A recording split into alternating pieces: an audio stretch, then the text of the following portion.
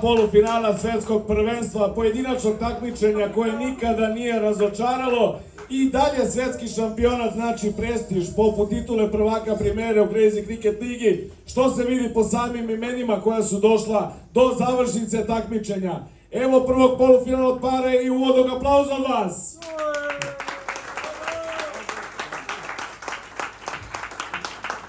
Na 2 koraka do titule svetskog šampiona u svom debitanskom nastupu došao je bez poraza na svetskom prvenstvu. U play-offu je redom prepuštao protivnicima po 4 gema, a sebi je brojao do 6.